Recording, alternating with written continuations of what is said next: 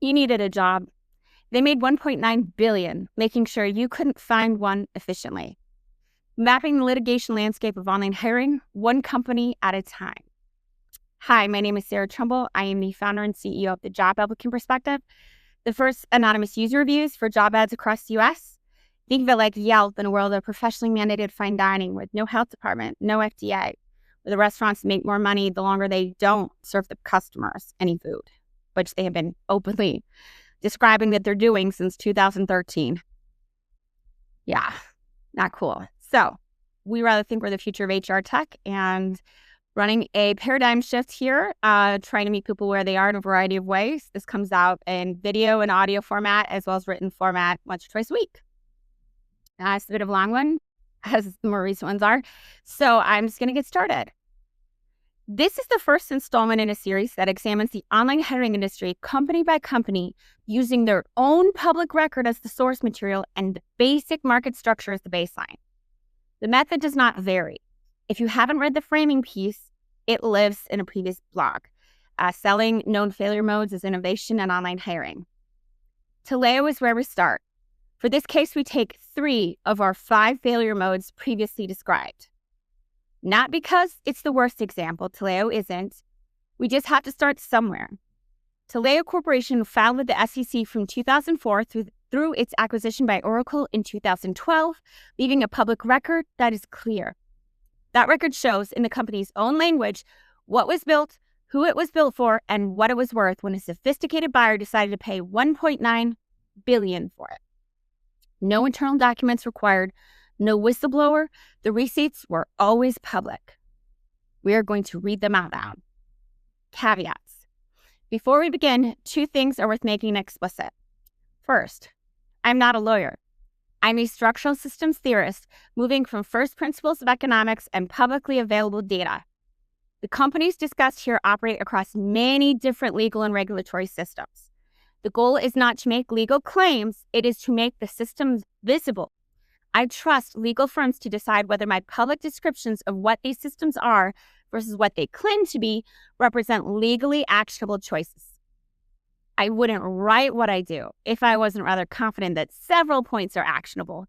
But discretion and better understanding of the legal code in each region that is touched by these systems is part of the process of actual civil suits.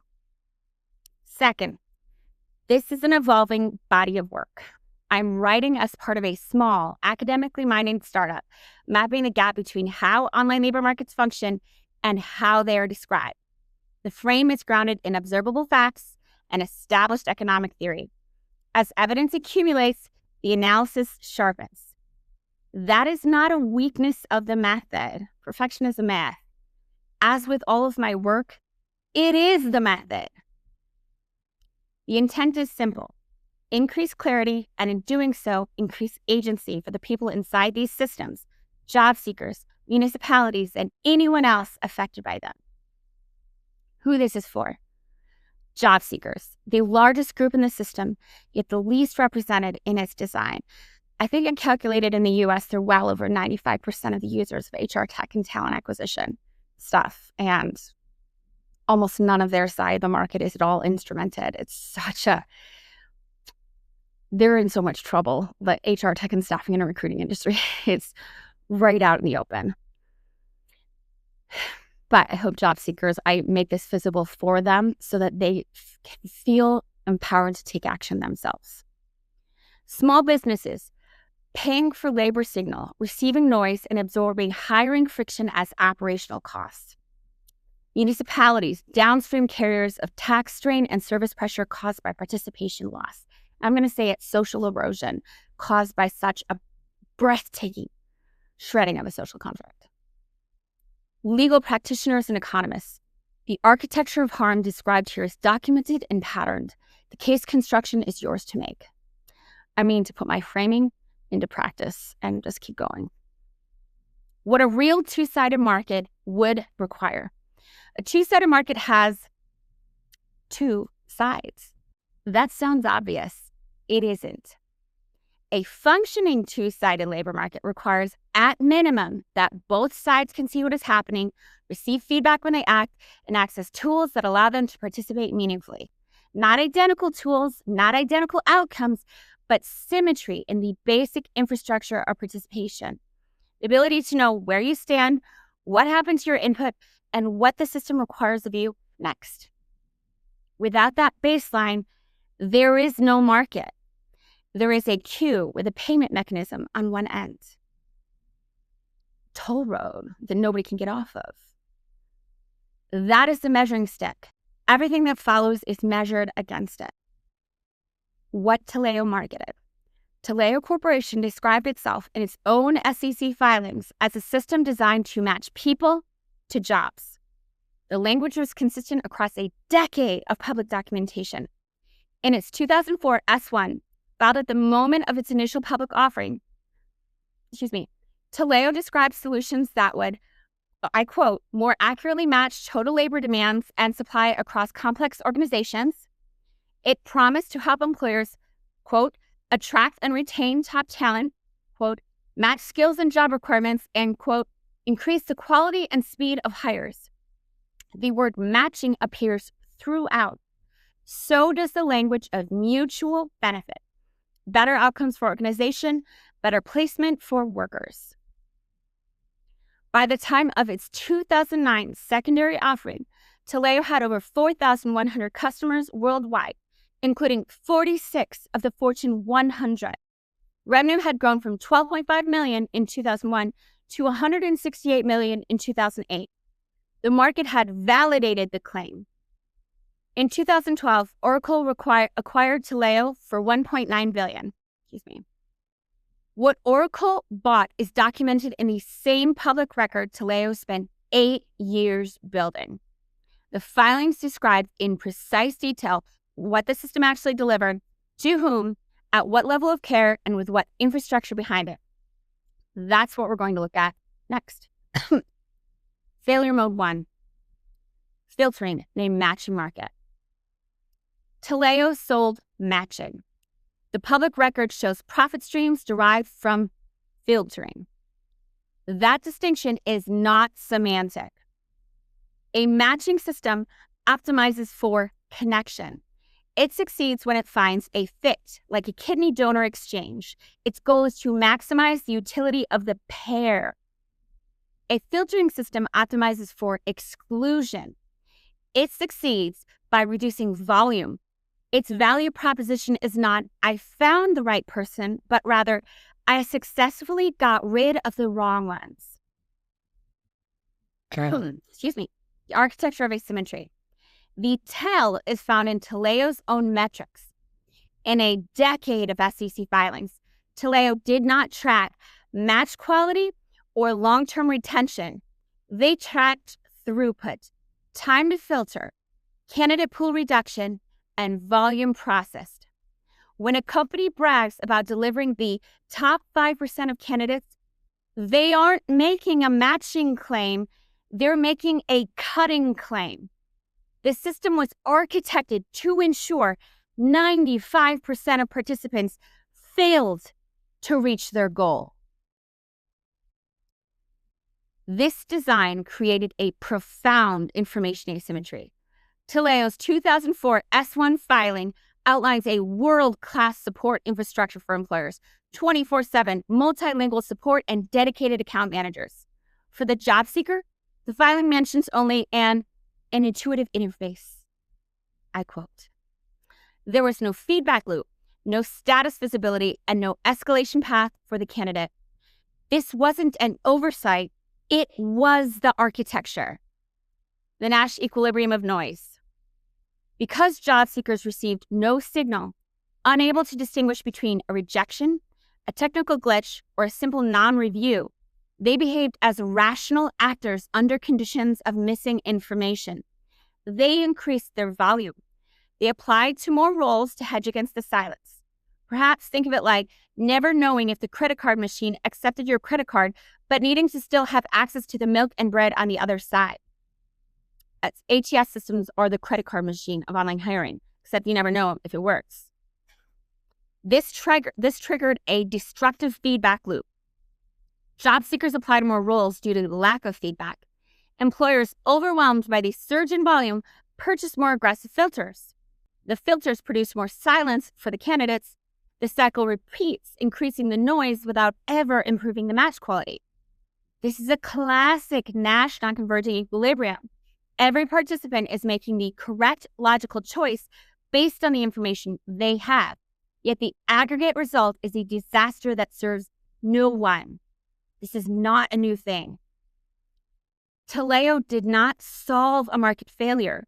They industrialized it. By charging for the filters that necessitated more filtering, they became the only party profiting from the inefficiency. Failure mode 2. Job seekers were never designed as users. Imagine a restaurant where the kitchen has cameras on every burner, temperature sensors in every pan, and a dedicated sommelier for the chef. The dining room has no menus, no wait staff, and no way to send food back. You are still expected to show up, sit down, and pay, not with money, but with your time and your patience and your hope that someone back there noticed you arrived. That is not a restaurant with bad service. That is a restaurant where you were never the customer. Taleo's system worked like this. Excuse me. Not by accident and not temporarily. Across 8 years of SEC filings, 2004, 2009, 2012, the company described in precise detail every tool, dashboard, workflow, and support structure it built. All of it faced one direction.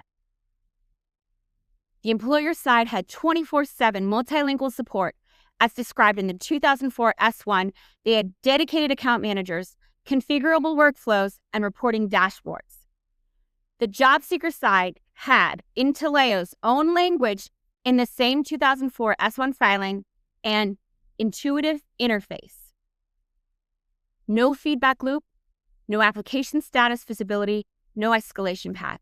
No way to know whether your resume was reviewed, filtered out by a keyword match, or lost to a technical error. By the time of the 2009 secondary offering, Taleo served over 4,100 customers, including 46 of the Fortune 100. The system processed millions of candidates at that scale and could not tell a single one of them what happened. And that fact eliminates two explanations at once. If job seekers were stakeholders, people whose experience the system was designed to serve, like they're a two-sided market in everything, two sides, then candidate-side user experience would have existed. Not out of kindness, but out of business logic. In any other two-sided market, the buyer demands to see the delivery. The person buying a Gucci purse wants to know a knockoff didn't get delivered. The person sending flowers wants to know the flowers weren't wilted upon arrival. In a labor market, an employer should want to know if their match is simply the last person standing in a broken gauntlet. Yet, employers with MBAs, backed by investors with MBAs, buying a platform built by executives with MBAs, accepted this non-existent user experience for half the market and well over 95% of the users in the US for over a decade, lack of user experience. And when the due diligence was finished, Oracle paid $1.9 billion for it anyway. That is not an oversight. That is a revealed preference. If job seekers were a product, if the goal was the efficient delivery of high-quality talent, instrumentation would also have existed. You watch your production line. You measure where the input enters and where it stalls. You optimize throughput on both ends. None of that infrastructure existed on the candidate side. Whatever this system was, it was not an efficiency operation. So, job seekers were not stakeholders. They were not products. Efficiency wasn't being paid for or bought. But without their participation, Taleo had nothing to sell. No candidate volume means no employer value. No employer value means no subscription revenue. No subscription revenue means no 1.9 billion acquisition price.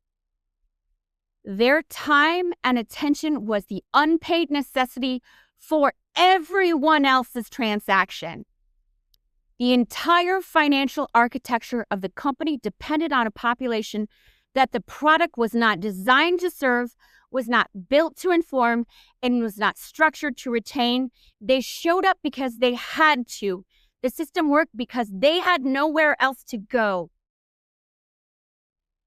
In a survival market, and every due diligence team with MBAs to know what that meant, built it, funded it, endorsed it, and bought it for $1.9 billion eventually. Failure mode 3, no tech support infrastructure for half the market. Every system fails. Software glitches, keyword filters misfire, resumes render incorrectly. Excuse me, I have a cold. My sister had a cold. Qualified people fall through cracks that have nothing to do with their qualifications. This is not a hypothetical. It is an operational certainty in any system processing candidates at the scale Taleo operated. The question that reveals organizational priorities is not whether a system fails.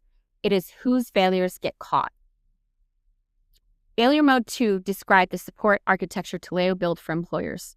The tracking portal, the dedicated account managers, the executive review of satisfaction reports. That infrastructure did more than provide good service.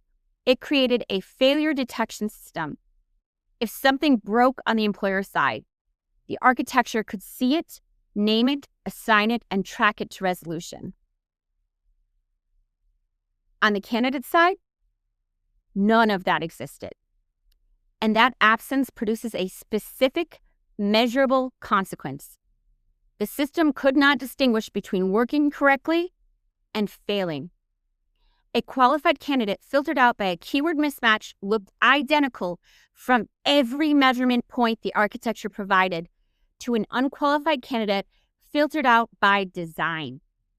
A resume lost to a formatting error produced the same silence as a resume that was reviewed and rejected. There was no signal. And without signal, there is no self-correction. Think of it like an emergency room that tracks every bed assignment, every shift change, every billing code, but has no discharge paperwork. Patients leave. Some leave because they were treated. Some leave because they waited 6 hours and gave up. Some leave because they were called but never heard their name. The hospital cannot distinguish between a successful treatment and an abandoned visit, but the bill arrives either way. The 2004 S1 describes the employer support architecture in detail. 24/7 multilingual support via telephone, email, and web portal. All requests tracked with status reporting. Senior executives reviewing customer satisfaction metrics. A dedicated service account manager assigned to each customer. It's from the 2004 S1 under customer support. The candidate-facing description in the same filing, intuitive applications available in 13 languages. No support infrastructure, no feedback mechanism, no escalation path. The 2006 10K filed 2 years into Taleo's life as a public company, covering 850 customers and 800,000 registered users, filling positions in almost 100 countries from the 2006 10K under customers, repeats the employer support language nearly verbatim. The candidate-facing description had changed in one respect.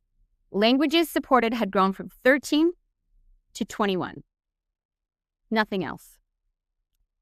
By 2011, the final annual report before Oracle's acquisition, employer support had expanded to 7 global locations, operating in a follow-the-sun model with real-time dashboards, automated escalation alerts, and incident management. Candidate-facing solutions were now available in 31 languages. That was the entirety of the candidate side evolution across the company's full public filing history. This is not a question of resources. Taleo had the engineering capacity to build everything described above for one side. The decision not to build failure detection on the candidate side, the side that could not opt out of the market, was not a constraint. It was an allocation. 1/2 of the market was operationally maintained from the first public filing to the last. The other half, the side whose participation generated the value, was never instrumented. Not when the company had 140 customers, not when it had 850, not when it had 4,100, and not when Oracle valued it at $1.9 billion in their 2011 10. That is not a gap in coverage. It is an architecture that guaranteed an entire population's experience in a survival market would remain invisible, and that no one inside the system would ever have to answer for it. In a survival market, tallying the distributed costs, failure mode 1, 2, and 3. For job seekers, the ghost hour tax, failure mode 1, filtering versus matching. Failure mode 2, no design for job seekers. And failure mode 3, no failure detection. Created a massive uncompensated transfer of labor. The math: if a single applicant spends 30 minutes on a Taleo-hosted application that, due to a lack of feedback or technical glitch, never reaches a human eye, that is a ghost hour. The scale? Taleo processed millions of applications. Even at a conservative estimate of $20 an hour, because they have 46 of the Fortune 100 companies. Even at a conservative estimate of $20 an hour for job seekers' time, the aggregate value of lost labor across 4,100 global customers is not a rounding error. It is an aggregate cost that scales into the hundreds of millions.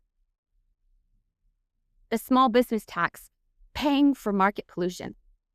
Small businesses are the secondary victims of all parts of the established friction, especially the Nash equilibrium of noise.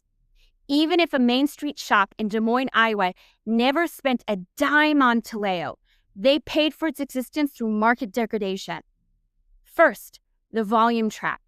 Because Taleo taught job seekers that 95% of applications disappeared into a black hole, job seekers responded rationally. They began spraying and praying, throwing spaghetti at the wall.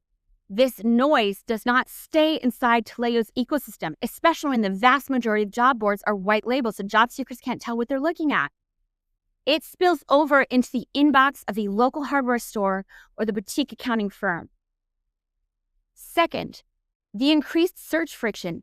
The small businesses, which typically lacks a dedicated HR department, is now forced to manually filter through 300 low-intent applications for a single role. Taleo effectively shifted the labor of sorting from the enterprise, which used a bot, to the small business, which has to use a human. Access cost inversion. The noise doesn't distribute evenly. When Amazon posts a role on Indeed's free tier, the brand alone keeps it visible. When a local daycare in Poughkeepsie, Illinois, posts a $12 an hour opening on the same platform, it drops below the fold within 3 days. For a high turnover role that needs filling now. So the daycare pays $50 a day to stay visible for a position whose wage can't absorb that cost, which means the wage stays low, which means the turnover stays high, which means they're back on the platform next month paying again in 3 months or whatever it is. I do market research. I wander around the local daycares, and it's a thing. So the wage stays low, which means the turnover stays high, which means they're back on the platform in the next few months, paying again. State workforce sites offer free postings, but all job seekers are mindful of what that means. A waste of time. Again, most local daycares I talk to, they had posted on free state websites for like 5 months straight, and they found it a waste of their time. They were posting and nothing happens. They might as well just post on Indeed so they can get it done. The free labor market isn't free. It was made expensive by the noise that enterprise filtering systems produced and never cleaned up. Wages stagnate accordingly, while time to hire and cost of hiring skyrockets. Local labor drain. The cost isn't only in dollars. The same feedback loop that floods small business inboxes also contracts their labor supply. Again, I talk to people in my local small businesses in my area. A college student spending 30 hours a week navigating enterprise ATS systems is less interested in the summer jobs they used to be interested in. The time cost imposed by large-scale filtering doesn't stay inside those systems. People used to hire college kids to serve alcohol over the summer. They can't find them as much as easily, and this is one of those reasons. It's not the only reason. It's a complex dynamic system. I'm not saying that's the only reason, but I am saying that factors in. At scale, yes, it does. The time cost imposed by large-scale filtering doesn't stay inside those systems. It pulls labor attention out of adjacent markets entirely. The economic damage. This is a predatory barrier to entry. By making the public air of the labor market so noisy that only an expensive AI filter can breathe it, Taleo forced small businesses into an operational disadvantage. They're paying a tax in the form of wasted hours and lower quality hires caused by a feedback loop they didn't start and can't stop. Municipalities, the downstream carry. Job seekers and small businesses absorb the direct costs. Municipalities absorb what neither of them can. Every week, a frictional unemployment extends the gap between tax revenues projected and tax revenue collected. Safety net draws increase. Housing stability decreases. Workforce boards, already operating without visibility into what platforms are actually delivering, lose the ability to advise residents effectively because the data they would need was never built into the system. The costs are measurable, and I've mapped them in detail in a previous article a few months ago called The Local Costs of a Broken Labor Market. The short version, when a hiring infrastructure is owned by private platforms with no civic accountability, cities carry the externalities without the instruments to see them, price them, or push back. Taleo did not create municipal budget pressure by itself, but the architecture described in failure modes 1 through 3, filtering without feedback, uninstrumented candidate experience, no failure detection, extended job searches, degraded local hiring channels, and pushed costs downstream to the public bodies least equipped to trace it back to its source. What Oracle bought. In 2012, Oracle bought Taleo for $1.9 billion. Oracle is not a naive buyer. They've acquired more than 100 companies. Due diligence at Oracle scale is not a formality. It is a sophisticated, well-resourced process conducted by people who understand what enterprise software infrastructure looks like, when it is built correctly and when it is not. Everything documented in the failure modes above was visible in Taleo's public filings at the time of its acquisition. I don't have an economics degree or business degree. This was my first time going through the SEC filings, and I could see it.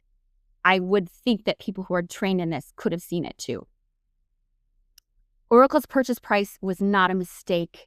It was a valuation of the product as it was designed. The due diligence, the transaction was vetted by, I don't know how to pronounce this word, Catalyst partners and Oracle's internal teams. They reviewed the employer-only support infrastructure and the candidate-facing silence that was in the 2012 14A, according to the opinion of a financial advisor. I learned 14As and 10Ks and S1s. Edgar is actually very good, I have to say, for the SEC. You make a very functional website for newbies, so that's cool for me. The revealed preference.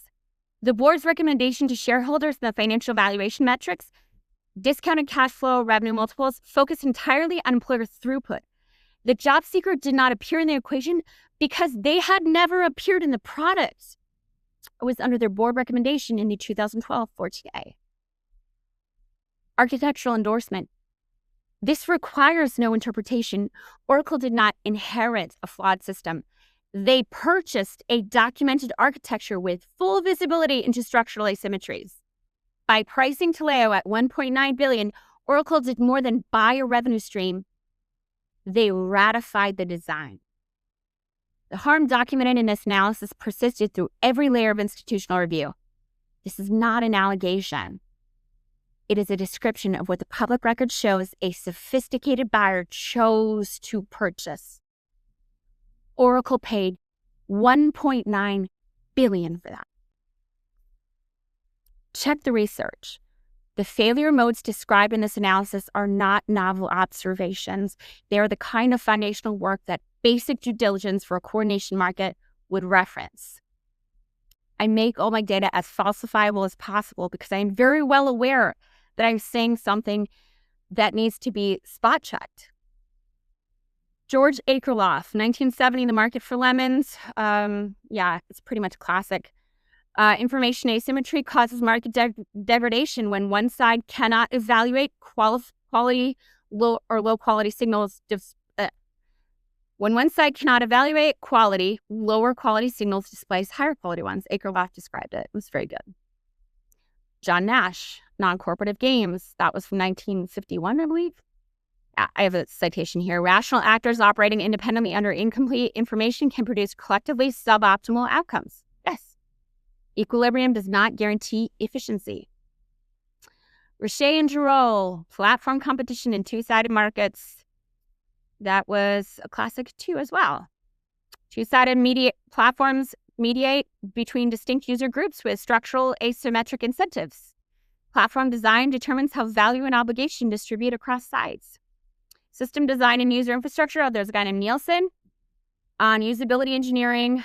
And then another guy, there was on human-centered design for interactive systems from the International Organization for Standardization. Interactive systems, just reading things too quickly here. Human-centered design for interactive systems from ISO. ACM Code of Ethics and Professional Conduct. Have that there too. Also, I list my SEC filings that I referenced in the analysis was from 2004 S1, 2005 10K, 2006 10K, 2009 S1, 2011 10K, and 2012 14. The job applicant perspective is the company producing the series. We are the candidate side infrastructure that was never built. TJAP is not a better job board. It is not a smarter matching algorithm. We are the actual infrastructure, measurement, feedback, failure detection, and signal for the population every hiring platform depends on, but none of them were designed to serve.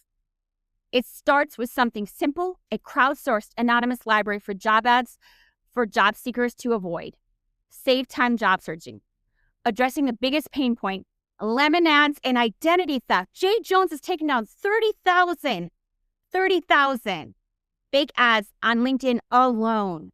Imagine what everybody can do together. And also, I just flabbergasted at how much people don't understand how much identity theft and economic harm is happening now. I don't put numbers to it because it's really harder to accurately understand what that even looks like at scale. Because I have enough incentive to be deeply concerned without having enough numbers to be able to quantify it properly.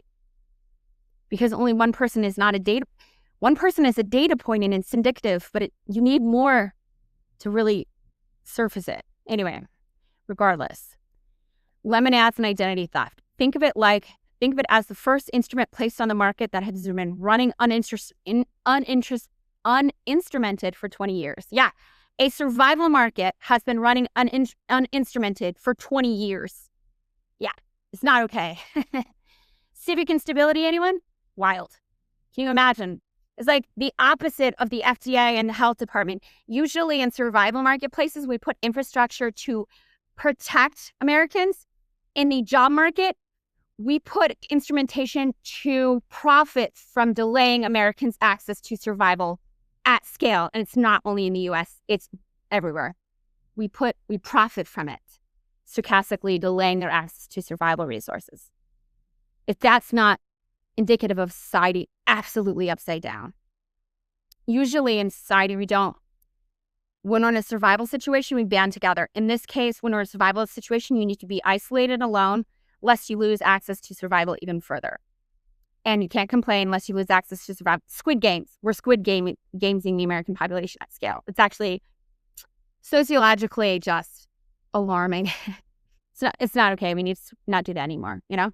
That's what the job applicant perspective is, because I do not apologize or look for approval from reference frames. I do not respect this point of view. It's not okay. It's a framework. Honestly, it's a framework. I was inside of it too. I'm breaking other people out. So me too. I was up until 2020 when I entered the job market, I was part of the framework. So conclusion, Taleo is not an isolated case. Oh, sorry. Nope. The architecture, so it starts with something small, but the architecture underneath TJAP is designed for what comes next. And I described it in previous things. I'm very imaginative on the score. I like system design. The systems we document in this series were built to serve one side of the labor market. We built ours to serve the other. I don't know. I think I have a gangbusters idea because survival market of billions, the motivation, the leverage points are all on my side. They're pretty great, actually. Conclusion, Taleo is not an isolated case. It is a blueprint. Built by people who knew better, funded by people who knew better, acquired for $1.9 billion by a company that knew exactly what they were buying. Once you see the structure in Taleo, you'll see it everywhere. The same pattern repeats across the category. Different branding, different interfaces, same underlying logic. The receipts are public. The framework is established. The harm parties are real and their costs are measurable. The series will continue working through those companies one by one.